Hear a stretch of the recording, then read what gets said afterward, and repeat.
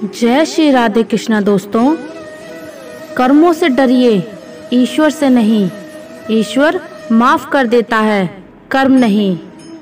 कर्म लौटकर जरूर आता है, कर्म फल से कोई नहीं बचता। इसे हम एक कहानी के माध्यम से समझते हैं। प्राचीन काल की बात है। एक बहुत ही बड़ा प्रसिद्ध नगर था। उस नगर में एक राजा रहता था। वह राजा जब धीरे धीरे बूढ़ा होने लगा तो उसकी रानियां उसकी उपेक्षा करने लगीं। राजा अपनी रानियों की उपेक्षा को बर्दाश्त नहीं कर पा रहा था और वह चिंतित रहने लगा। एक दिन उसने अपने वैद्य को बुलवाया और उससे कहा, वैद्यराज, क्या आप कोई इस तरह की दवाई तैयार कर सकते हैं जो मेरी खोई हुई जवानी को वापस कर सके? उस वैद्य ने सोचा कि ये राजा तो बड़ा ही मूर्ख है। यह फिर से जवान होना चाहता है। यह जानता नहीं कि संसार में अगर व्यक्ति एक बार बूढ़ा हो गया तो दोबारा जवान नहीं हो सकता। और यह मुझसे कह रहा है कि मुझे ऐसी दवाई तैयार करने दो जिससे मेरी खोई हुई जवानी वापस आ जाए। यह राजा इतना मूर्ख है, इससे धन ऐंठना कोई बुरी बात नहीं है। इसलिए मैं कोई ऐसी तरकीब लगाता हूँ जिससे ये राजा मेरे ही जाल में फंस जाए। उस वैद्य ने मन में राजा के प्रति जो भावना थी वह अच्छी नहीं थी। वह उससे धन ऐंठना चाहता था और उसका राज भी हड़पना चाहता था। उस वैद्य ने कहा कि राजन, दवा तो मैं तैयार कर सकता हूँ और मैं जानता हूँ कि आपको उस दवा से पूरी तरह से लाभ भी होगा, लेकिन इसके लिए मेरे द्वारा बताई गई कुछ बातों को आपको स्वीकार करना होगा और उसका पालन भी करना होगा। राजा ने पूछा कि कौन सी बातें हैं? उस वैद्य ने कहा कि इसके लिए आपको करीब 1 साल तक तहखाने में रहना होगा। राजा ने पूछा, किस लिए? वैद्य ने कहा कि यह दवा तभी अपना प्रभाव डाल पाएगी जब वहां पर सूर्य की किरण ना पहुंच सके। तहखाना ही ऐसी जगह है जहां पर सूर्य की किरण नहीं पहुंच सकेंगी। वैद्य ने कहा कि आपको यदि जवान होना है और आप बुढ़ापे से छुटकारा पाना चाहते हैं तो ये त्याग आपको करना ही होगा। वैद्य की बात सुनकर राजा ने कहा, ठीक है वैद्यराज, मैं तहखाना बनवाने का निर्देश देता हूँ। जब तक तहखाना तैयार होता है तब तक आप मेरे लिए दवाएं तैयार कर दीजिए। राजा की बात सुनकर वैद्य कहने लगा कि हे राजन, तहखाना तो तैयार करवाइए, लेकिन मेरी एक शर्त और भी है, वह भी आपको माननी होगी।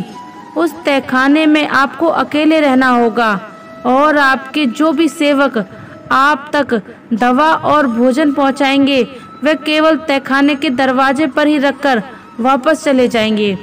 यदि आपको ये सारी चीजें मंजूर हैं तो मैं दवा को तैयार करूंगा। राजा उस वैद्य की बातों को सुनकर पूरी तरह से तैयार हो गया। राजा के मन ही मन खुश हो रहा था कि मेरी खोई हुई जवानी वापस आ जाएगी, और वैद्य अपने मन में ये सोच रहा था कि ये राजा कितना मूर्ख है। मैं इससे बहुत सारा धन ऐंठ लूंगा और इसके बाद इसके राज्य पर मेरा शासन हो जाएगा, क्योंकि राजा जब मेरे कहने के अनुसार तहखाने में चला जाएगा तो राज्य का जो भी कार्य होगा वह मेरे हिसाब से चलेगा। यही सोचकर निश्चित अवधि में उस वैद्य ने राजा को तहखाने में पहुंचा दिया और उसका उपचार करने का ढोंग करने लगा। उसने राजा से कहा कि हे राजन, अब कुछ ही दिनों के बाद आपका बुढ़ापा दूर होने वाला है और आपके स्वास्थ्य पर बहुत बड़ा प्रभाव पड़ने वाला है। अभी तक जो यह खाल आपकी लटकी हुई है, जो चेहरे पर आपकी झुर्रियां हैं, ये सब जाने लगेंगी और आपका शरीर बहुत सुंदर ही बलवान और बलशाली और एक जवान इंसान की तरह हो जाएगा। आपकी रानियां जब आपको देखेंगी तो वह आपको पहचान भी नहीं पाएंगी। उस वैद्य इस तरह से अपनी चालाकी दिखा रहा था कि मानो वह स्वयं ही भगवान हो।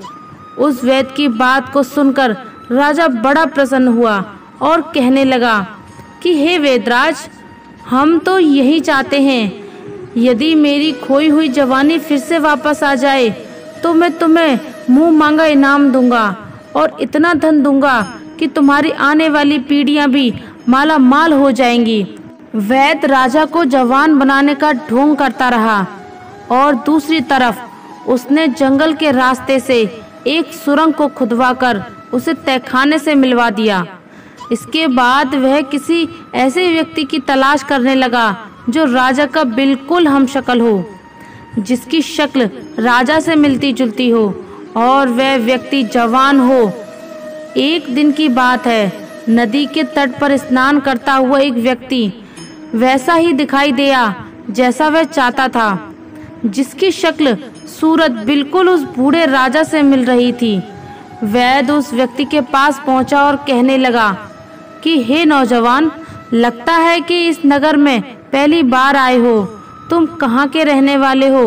उस व्यक्ति ने कहा कि श्रीमान, आपने बिल्कुल ठीक पहचाना, मैं इस नगर में पहली बार आया हूँ, लेकिन आप मुझसे ये सब क्यों पूछ रहे हो? वैद्य ने कहा कि तुम मुझे अपना मित्र ही समझो। अगर तुम मेरा कहना मानोगे और मेरे काम के लिए तैयार हो जाओगे तो मैं तुम्हें इस नगर का राजा बना सकता हूँ। वैद्य की बात सुनकर वह युवक आश्चर्यचकित हो गया। वह कहने लगा कि आप कैसी बातें कर रहे हो? क्या आपका दिमाग सही नहीं है? वैद्य बोला कि मेरा दिमाग पूरी तरह से सही है और मैं इस राज्य का वैद्य हूँ। मेरा राजा पर बहुत बड़ा प्रभाव है, मैं जो चाहता हूँ वही कर सकता हूँ। उस व्यक्ति ने कहा कि यह तो बड़ी खुशी की बात है, जब आप इतने प्रभावशाली व्यक्ति हैं तो आप मुझे जरूर राजा बना सकते हैं, लेकिन राजा बनने के लिए मुझे क्या करना होगा? वैद्य ने कहा, सिर्फ कुछ दिनों के लिए तुम्हें तहखाने में रहना होगा, लेकिन जैसे ही तुम तहखाने से बाहर आओगे तो सीधे राजा सिंहासन पर बैठोगे और तुम इस राज्य के राजा बन जाओगे। वैद्य की बात सुनकर वह व्यक्ति कहने लगा कि आपका ये प्रस्ताव मुझे स्वीकार है, बताइए मुझे कितने दिनों तक इंतजार करना पड़ेगा? उस वैद्य ने कहा कि तुम्हें कुछ ही दिनों के लिए तहखाने में रहना होगा, इसके बाद तुम्हारा इंतजार खत्म हो जाएगा। ज़्यादा से ज़्यादा 6-7 दिन तक तुम्हें तहखाने में रहना होगा। इसके बाद मेरी जो भी योजना है उसी के अनुसार मैं अपना काम करूँगा। उस व्यक्ति ने कहा, ठीक है। पास ही में एक गांव पड़ता है, उसी गांव के बाहर एक झोपड़ी में वहीं मैं ठहरा हूँ। आप जब चाहें तो किसी भी युवक को भेजकर या खुद आकर मुझे वहाँ से बुलवा सकते हैं। उस वैद्य ने कहा, ठीक है। फिर वह वैद्य वहाँ से वापस आया और अपनी योजना पर उसने तेजी से काम शुरू कर दिया। एक रात की बात है, वैद्य ने बूढ़े राजा को खाने में जहर मिला दिया और उस जहर के कारण जब राजा की मृत्यु हो गई तो वह वैद्य राजा की लाश को कंधे पर लाद कर सुरंग के रास्ते से बाहर निकल गया। जंगल में एक बड़ा सा कुआं था। वैद्य ने उसी में राजा की लाश को फेंक दिया और फिर उसी सुरंग के रास्ते से वैद्य ने उस व्यक्ति को तहखाने में लाकर बिठा दिया और उससे कहा कि तुम्हें यहाँ कुछ दिन ही कष्ट सहना है। जैसे ही तुम्हारी दाढ़ी और मूछें बड़ी हो जाएंगी और तुम एक राजा के जैसे दिखाई देने लगोगे, तब मैं तुम्हें इस तहखाने से बाहर निकालकर सीधा राजभवन में पहुंचा दूंगा और तुम इस तरह से रहना कि जैसे बुढ़ापे से छुटकारा पाकर तुम नए शरीर से जवान हुए हो। उस व्यक्ति ने कहा कि यदि मुझे किसी ने पहचान लिया तो क्या होगा? उस वैद्य बहुत ही चालाक था। उसने कहा कि ये सब काम तुम मुझ पर छोड़ दो, जो भी होगा मैं संभाल लूँगा। तुम्हें सिर्फ इतना करना है कि मैं जो भी कह रहा हूँ, जैसा भी कह रहा हूँ, उसी के अनुसार तुम्हें चलना है। उस व्यक्ति ने कहा, ठीक है, आप जैसा कहेंगे मैं वैसा ही करूँगा।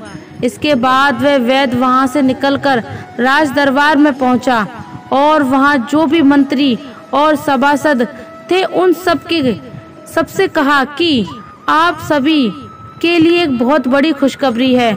मेरी दवाइयों ने महाराज के ऊपर ऐसा असर किया है कि महाराज फिर से जवान हो गए हैं। कल वे महल में आएंगे और आप लोग उनके स्वागत के लिए तैयार रहना। फिर वहां के मंत्रीगण कहने लगे कि हम अपने राजा के नए रूप का भरपूर स्वागत करेंगे। फिर वह वैद्य वहां से सीधा रानियों के पास पहुंचा और वही बात उन दोनों रानियों को भी कही। इस बात को सुनकर दोनों रानियां प्रसन्न हो गईं। उन्होंने तय योजना के अनुसार वैद्य को बहुत सारा धन निकाल कर दे दिया। अगले ही दिन वैद्य ने तहखाने से उस व्यक्ति को लाकर सिंहासन पर बिठा दिया।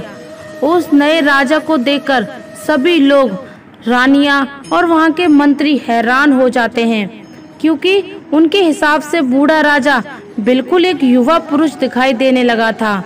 दोनों रानियां और उनके मंत्री एक बात से सहमत हो गए कि यही उनके राजा हैं। इतना ही नहीं, उस वैद्य ने राजा बने युवक से यह भी कहा कि राजन, आपका जो पुराना नाम था वह आप बदल दीजिए, क्योंकि अब आपका शरीर भी नया हो गया है, इसलिए आपका नाम भी नया हो जाएगा।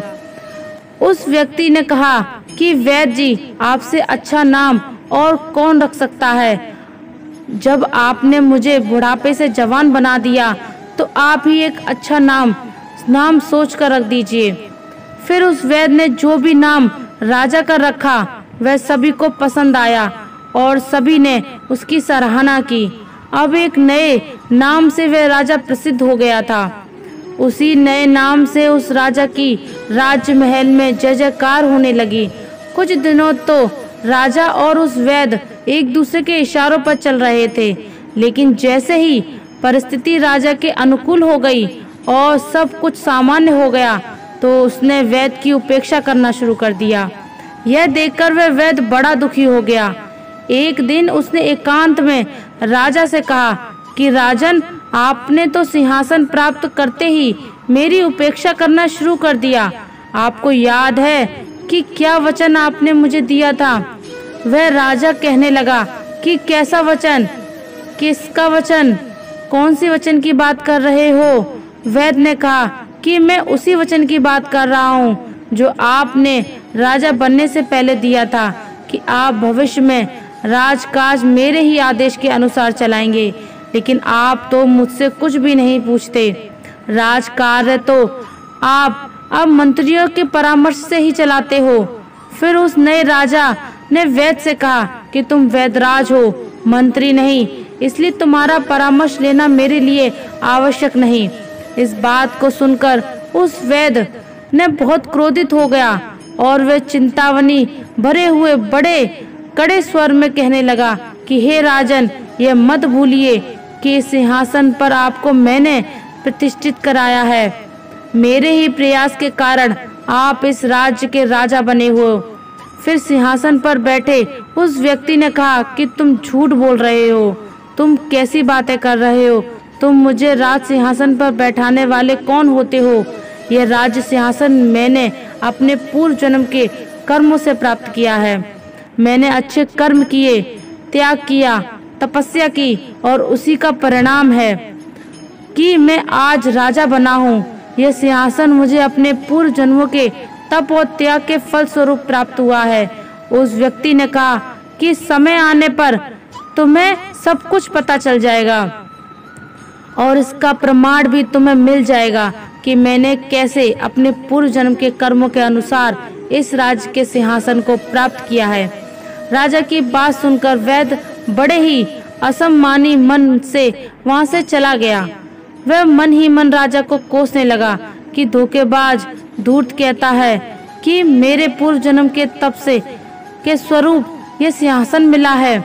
समय आने दो, मैं देख लूंगा कि तेरे तप और त्याग का कैसा परिणाम मिला है। धीरे धीरे समय बीतता गया। एक दिन राजा नाव में विहार करने के लिए अपने मंत्री और उस वैद्य के साथ नदी के किनारे पहुंचा। उसने नदी के जल में बहते हुए 5 कमल पुष्प देखे। फिर उसने आदेश देकर वह 5 फूल नदी में से निकलवाए। फिर ध्यान से उन्हें देखता हुआ कहने लगा, आश्चर्य, ये फूल तो बिल्कुल सोने के लगते हैं। जीवन में मैंने कभी इतने अद्भुत कमल के फूल नहीं देखे। मंत्री ने भी सहमति जताई कि ऐसे फूल तो मैंने पहली बार देखे हैं, लेकिन देखिए तो इनमें कैसी सुंदर पीली पीली किरणें निकल रही हैं। इन्हें तो आपको अपने सरोवर में लगवाना चाहिए।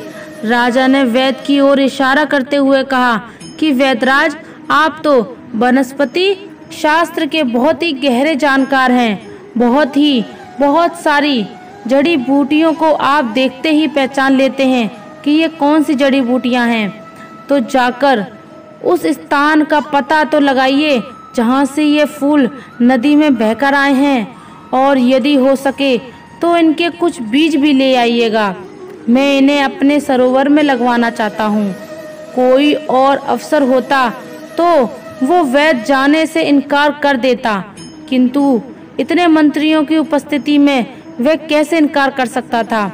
यदि इनकार करता तो उसकी योग्यता पर प्रश्न चिन्ह लग जाता। सब यही सोचते कि इस वैद्य को वनस्पति शास्त्र का कोई भी ज्ञान नहीं है, यह तो केवल पाखंडी है और बड़ी बड़ी हाँकता रहता है, इसे कुछ भी मालूम नहीं है। इस तरह से सोचकर कि उसकी हंसाई ना हो, वह वैद्य तैयार हो गया।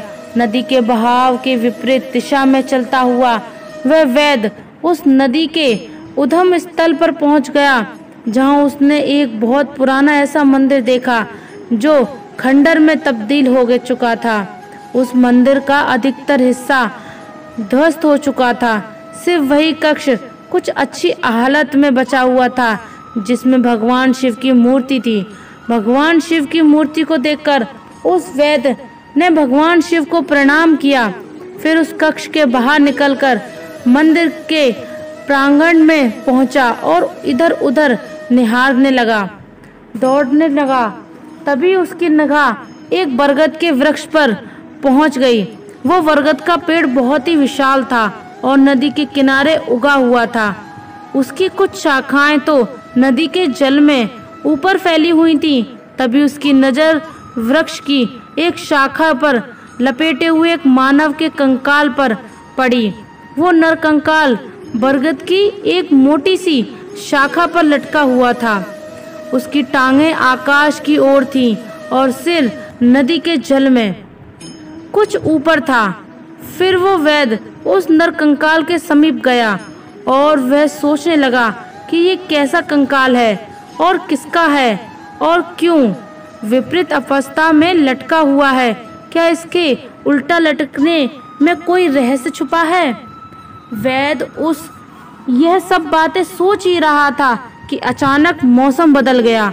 आकाश में बड़े बड़े घने काले बादल छा गए। हवा का प्रवाह तेज से होने लगा। देखते ही देखते आंधी के साथ घनघोर बरसात शुरू हो गई।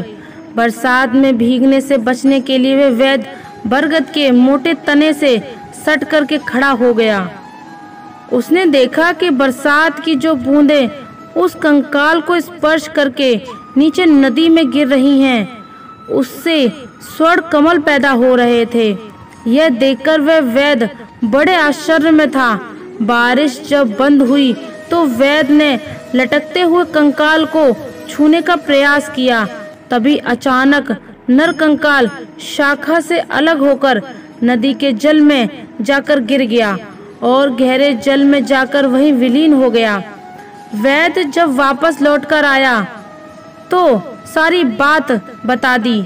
यह सब सुनकर के राजा के चेहरे पर मुस्कान आ गई।